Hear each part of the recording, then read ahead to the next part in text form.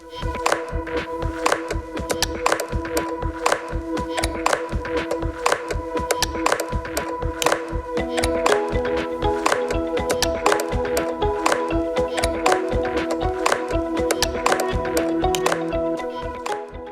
good? All right, let's get started. So today I'm talking to you about baking accessibility into your design system. So to everyone that hasn't met me, my name is Simon Mateljan and I am a accessibility design manager at Atlassian, and my pronouns are he, him. I'm a design system advocate. I love everything that they can do, how they can empower teams, how they can also help us scale solutions across organisations, and especially how they can create cohesive experiences for our end customers. Additionally, accessibility is an area of my career that I find great value in, both the experiences that it can teach me, both the design value that it can also help, as well as the learning opportunities that exist within that space. I myself have non-visible disabilities, such as dyslexia and ADHD, and so I know firsthand the challenges, the cognitive challenges that can come with using some of the products that we all design and build on a daily basis. And so when building these solutions and these products that we all create, I do draw on my own experiences. I draw on those within my circle, my family, my friends that are around me, and but also of all the customers that I've spoken to from every company that I've worked at over my career, learning from them and using the tools that we build each day. The thing is, I also know that I'm not alone. Around 20% in our own backyard within Australia, 20% of people identify as those with a disability. So it's around 1 in 6 people across the country.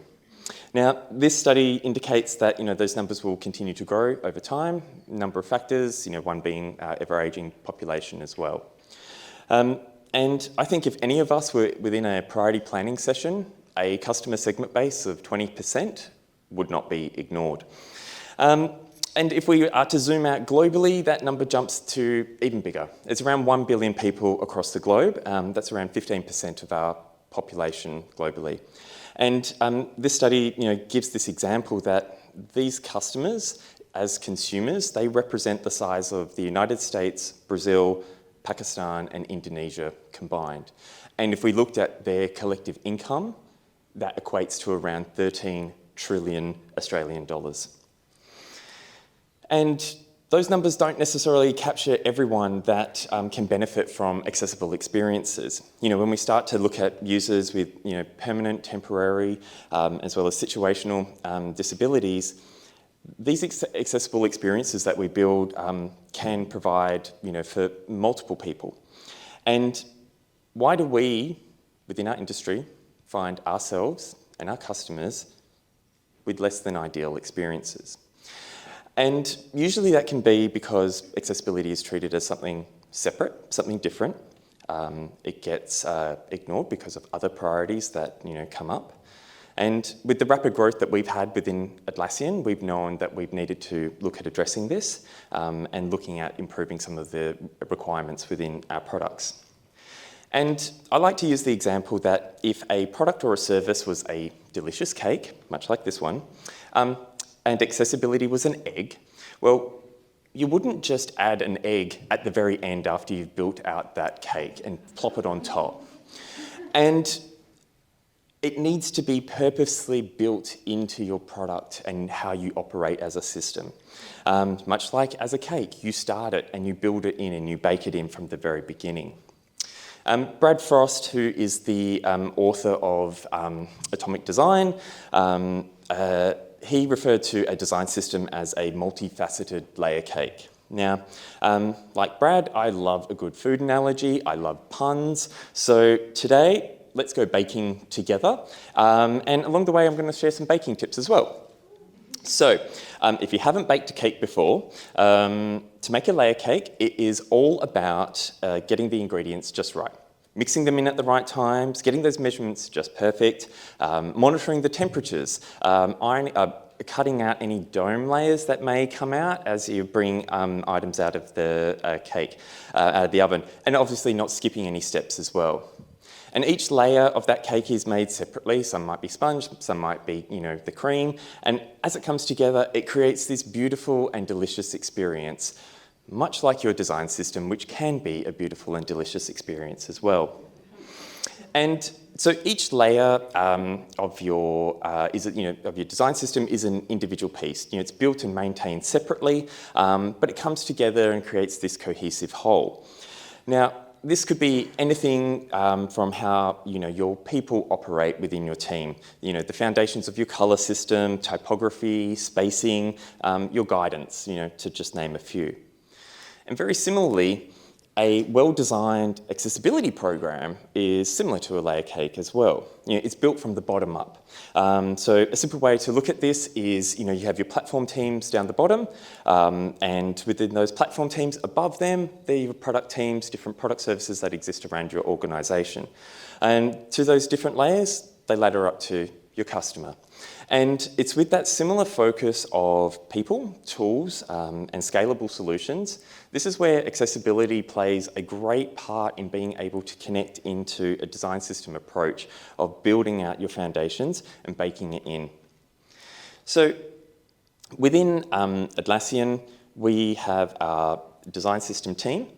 And we know that we play a key role in being able to help us achieve our accessibility goals as an organisation. Our design system continues to bring design and engineering solutions at scale, so why can't it do the same for accessibility as well?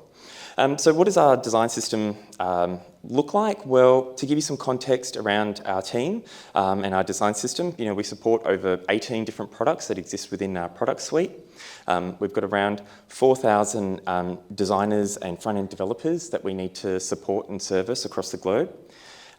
We have 30,000 app vendors, delivering different customer experiences, and obviously these all connect into the millions of customers that we have worldwide. And so, what does our team look like to be able to support something of that scale? Because we can't do it without our team. And so the first step that we took into building out our accessibility within our design system was looking at our team structure. So we're now made up of 4 teams that exist across our design system. So 2 teams are focused on UI foundations, so this is things like our colour, spacing, typography, and so having these teams focused on these foundations allows them to dive deep into those areas and those solutions. We have one team referred to as our maker experience, so our makers are our internal team members, so we're looking at designers, content designers, engineers that exist. And so we view our design system as a product and a service, so we take a service design approach into building that out. And this team solely focuses on how we scale that offering internally. And then we have our one team that's focused on accessibility, and that's where I sit in. And so we have myself working alongside our product manager, engineering, and design team members as well. And so while accessibility is the priority of everyone across our design system, we focus on building out the foundations. So for foundations for design, content, and engineering. And our focus is on helping our design system teams to be able to empower themselves to be able to work with our platform and other product teams across Atlassian. And so having these 4 teams focused on specific milestones and missions has allowed us to be empowered and also have higher autonomy. And within this time, we've also started to see a great improvement in our ability to deliver and had a noticeable increase in impact across Atlassian. So let's go into our first baking tip for today. Your team structure should be something that resembles the mission of your organisation. It needs to reflect and support the goals of your business. So no matter the size of your team, having someone or some people dedicated to specific areas allows them to be able to be focused and deliver that impact that you need, especially if it's to critical areas like accessibility. The next area with your team structure in place, it's looking at what we refer to as education within our team, and this is education and awareness of accessibility across our team and into other teams that we connect into as well. And so first step is getting a shared understanding of where does your accessibility knowledge live, within your team. Where are those knowledge gaps? But then also looking at where are those people that have previous experience that can become champions within your space and broader as well. So for us, this looked at a number of things. One being looking at our training formats, so across design and engineering.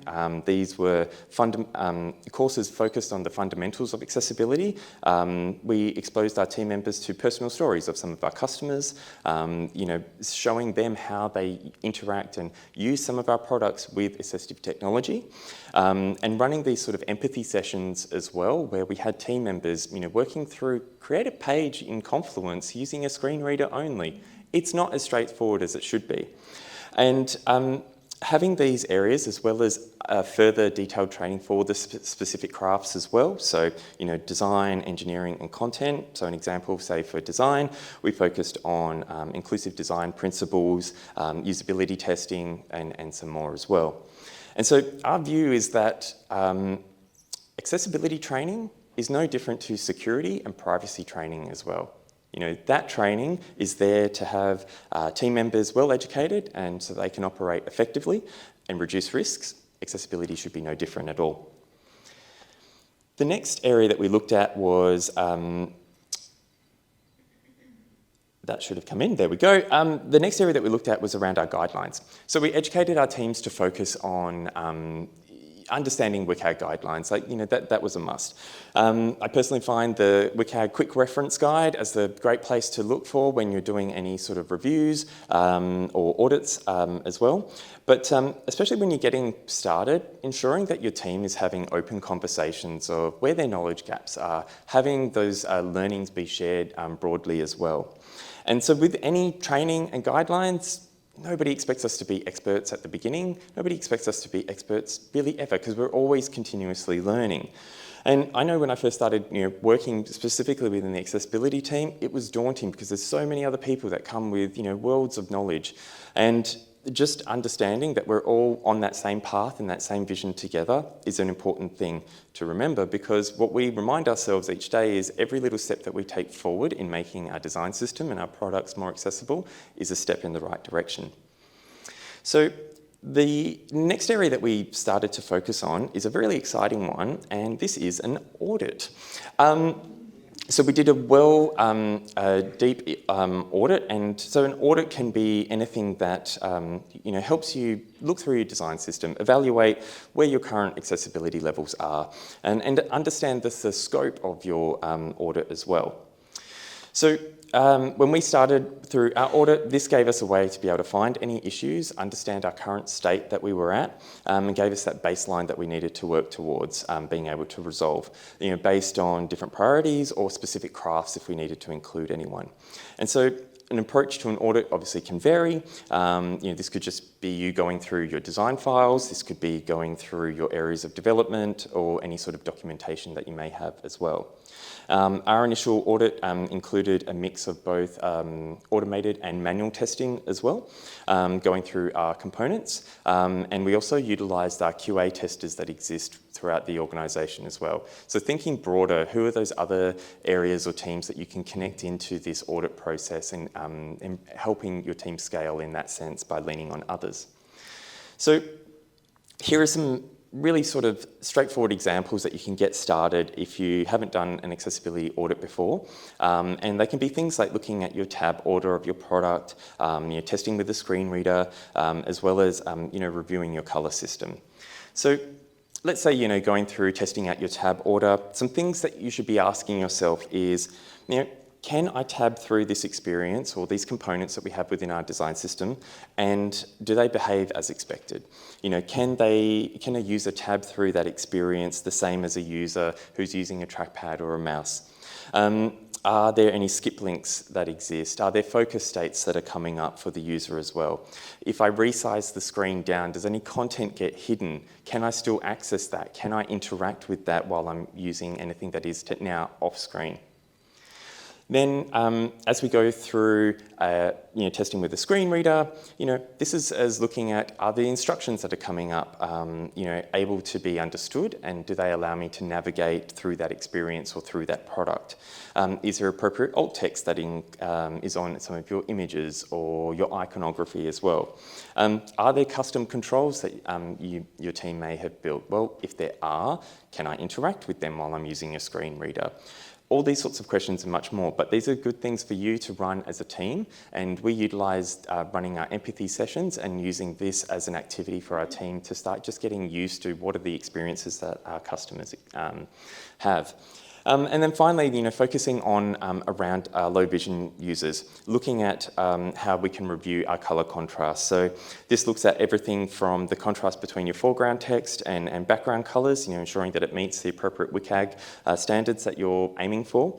You can use a number of different plugins that exist, both within Figma, Figma being one that we utilise is Stark, as well as a number of different browser plugins as well. This is also looking at the readability of your text and visual elements to make sure that they're adhering to the compliance that you're aiming for. And so the next sort of baking tip is look at the size of the audit that's going to work for you and your team now.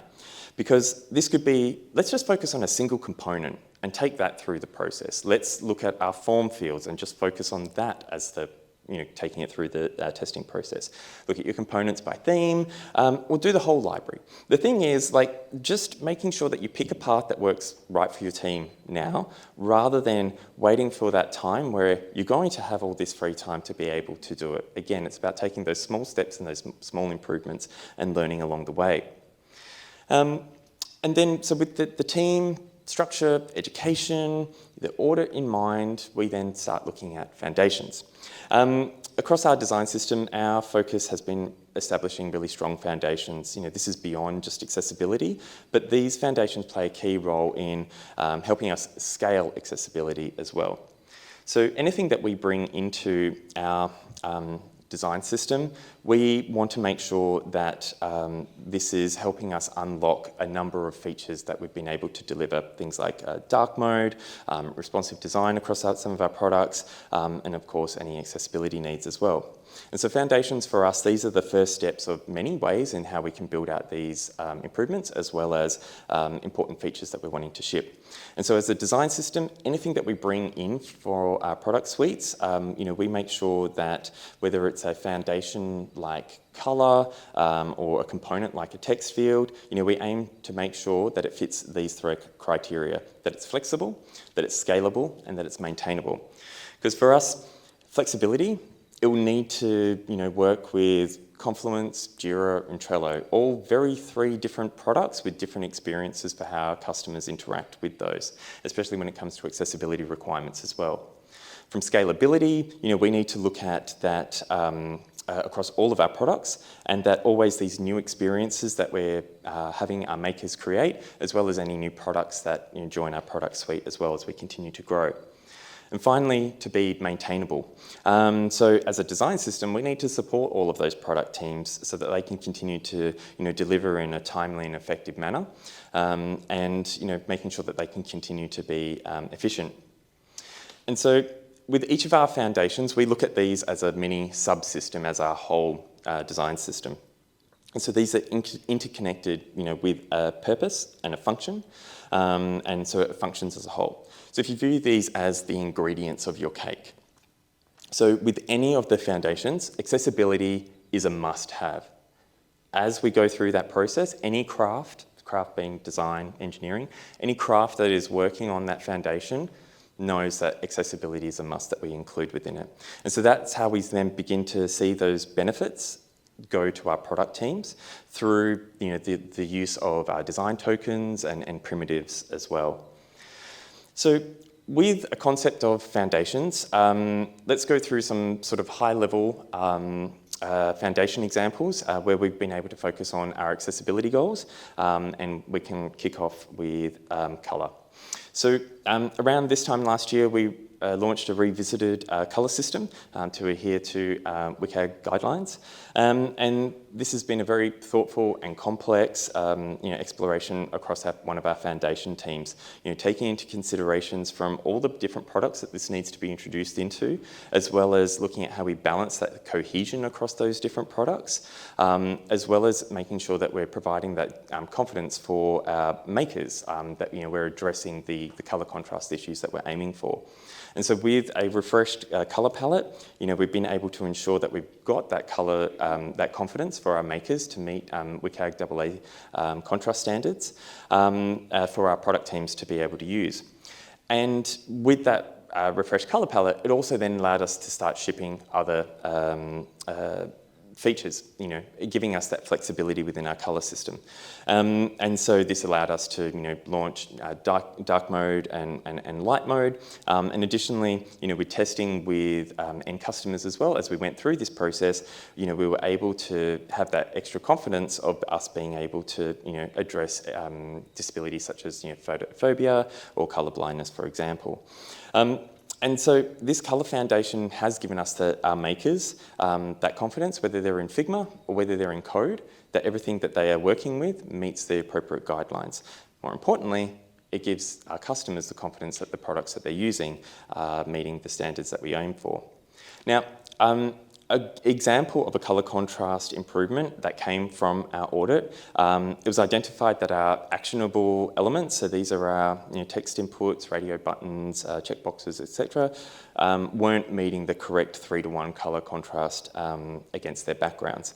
And so within a number of improvement explorations, we not only focused on how do we address the accessibility requirements, but also how did we balance the need within our different visual language across our products to be able to meet this. And so on the left of the screen, what you can see is what we originally had. So our text fields, 2-pixel border, and this only had a 1:3 ratio, which obviously wasn't suitable for us. So we switched to the high contrast with against the white background, and similar for dark mode as well. And so when we started taking this into some of our product screens with that 2-pixel border, it was adding a lot of friction, within our product screens as well. And so we needed to find that balance. How do we address that accessibility requirement, as well as maintaining our design goals as well? So this required some thought. We just dropped it down to a 1-pixel border and kept the high contrast. Now, that might seem like a very straightforward example, but if it wasn't for our foundations of our colour system, the adoption of our design system, and everything else that we've needed to take into consideration and bake into how our system operates, we wouldn't have been able to introduce that at the scale that we need to. Secondly, moving on to spacing. So another foundation has been our spacing area. So we've focused on building this off a 8-pixel base unit, and so this is the main foundation for our spacing system, and this is our spacing scale. So this allows us within our UI elements, to be able to sit within a consistent way, creating that more harmonious and accessible experiences for our customers, while also looking at providing the benefits for our makers. So when we look at the introduction of spacing tokens within our system, this has been able to help us reduce, the decisions and the challenges that our makers need to, work within. But it's also created that consistent spacing between our different elements across our different page layouts as well. And so how this helps accessibility is, this foundation unlocks, improvements around responsive and reflow design that we need to look at addressing across our broad product suite as well. And so with that proper spacing scale, that helps with our readability, it helps with the interactiveness of different elements as well, so say touch points for particular customers, just to call out one example. I don't know how many engineers are in the room today, but code and talking how our engineers operate, it's important. And so our team, within our accessibility team, our engineers have really focused on baking accessibility in.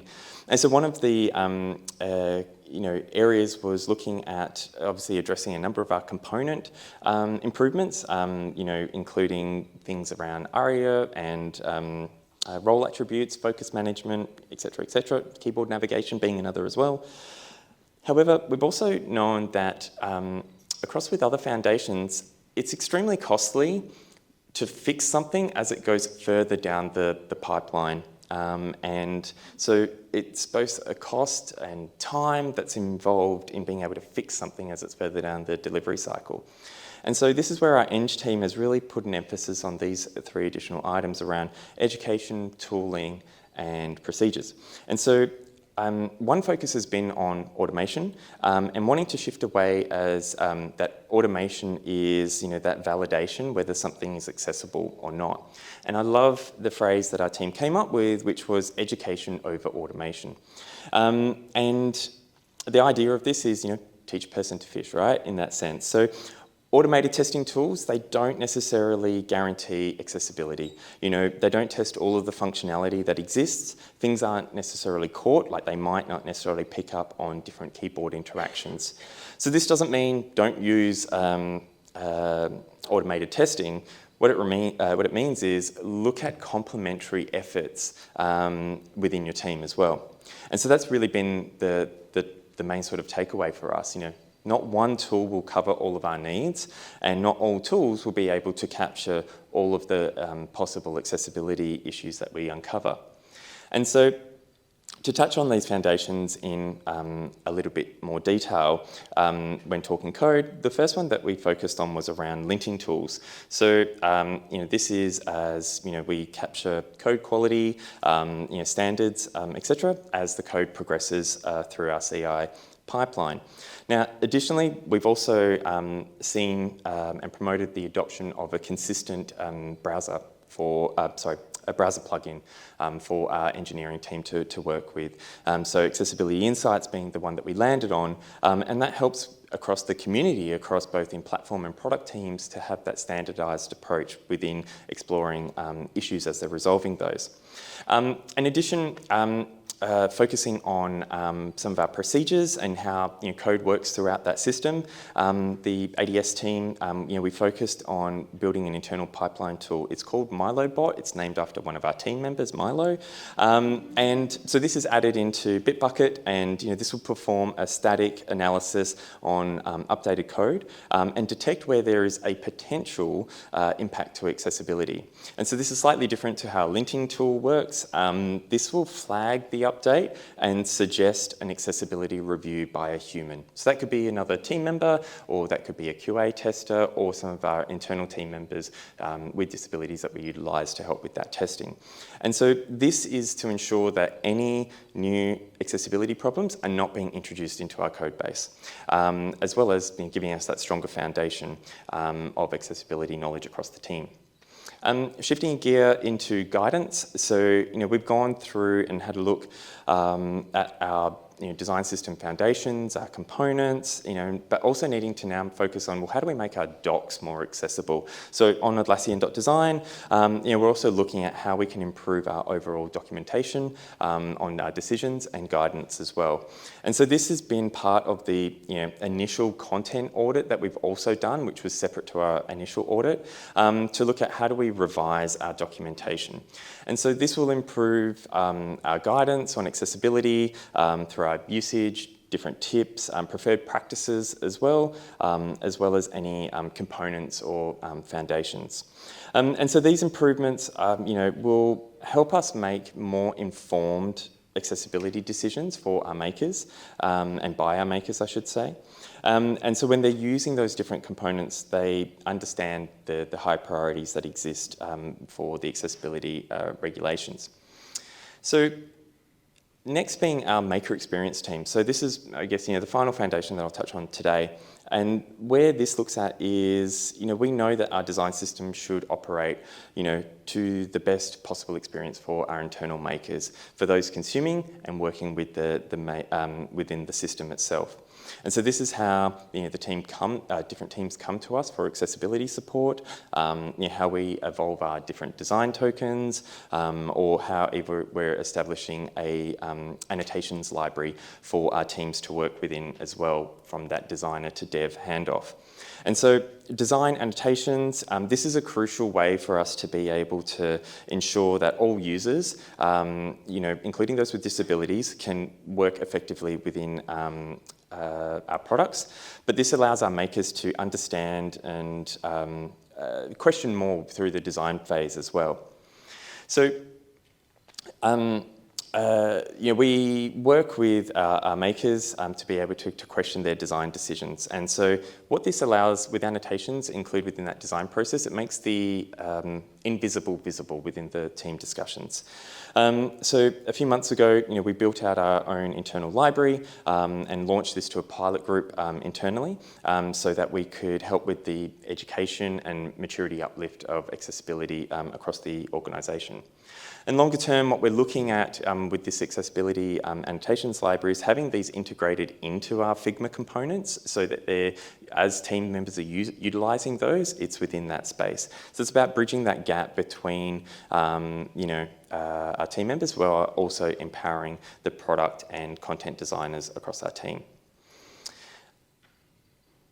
So as you can see, this is just like a real short snapshot of some of our foundations and where we've been able to bake accessibility in at every step.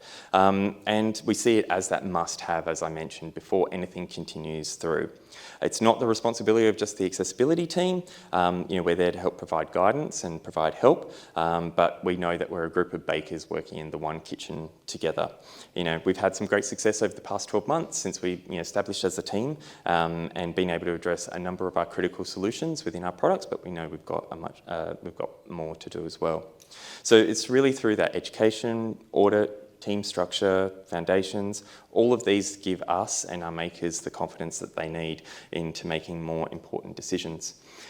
There's been some things that I've briefly touched on, but I did want to give a baking tip while I'm talking about the different broader team. Feel free to take a photo, scan that QR code. That will take you through to a list of different talks from across our team, both design and engineering, who have delivered presentations at Config, Schema, UX Australia, etc., that have gone into deeper details than I could touch on today around our colour system, our vision for our design system, how our utilisation of design tokens or primitives, but obviously I'll be around all day. Feel free to hit me up and happy to chat about those in more detail and nerd out if we can. The one thing I do want to leave you with is that an accessible design system does not equal accessible products. Just because we make those components accessible, how they are put together by different teams, that responsibility sits outside of a design system team. However, if you get your foundations right, it reduces that risk as much as possible. So what's next on our accessibility journey? Well, our focus for the next year is really about continuing to build out these existing foundations that I've touched on. There's a team focused on typography, going deep into that topic at the moment. We're also then working on enhancing a number of our different components to meet standards that we're aiming for, streamlining our development process, building on our annotations library and working with different product teams and makers in how we can help them use that within their delivery process as well. And obviously, this just works towards our goal in being able to, improve the accessible experiences for all of our end customers. So you'll be able to keep track of everything that we're doing on Atlassian.design and see how that evolves over time. And I look forward to seeing how, each of you make improvements within your design systems and hear from you as well. And finally, I just want to give a final massive shout out to the beautiful team that I get to work with. This is our Atlassian Design System team. It's an absolute privilege to work with such passionate and knowledgeable people. And the main thing is we all build with our hearts each and every day, and that's the one thing that we do. We don't take for granted. So that's it from me. I just want to wish you all happy baking in your kitchens.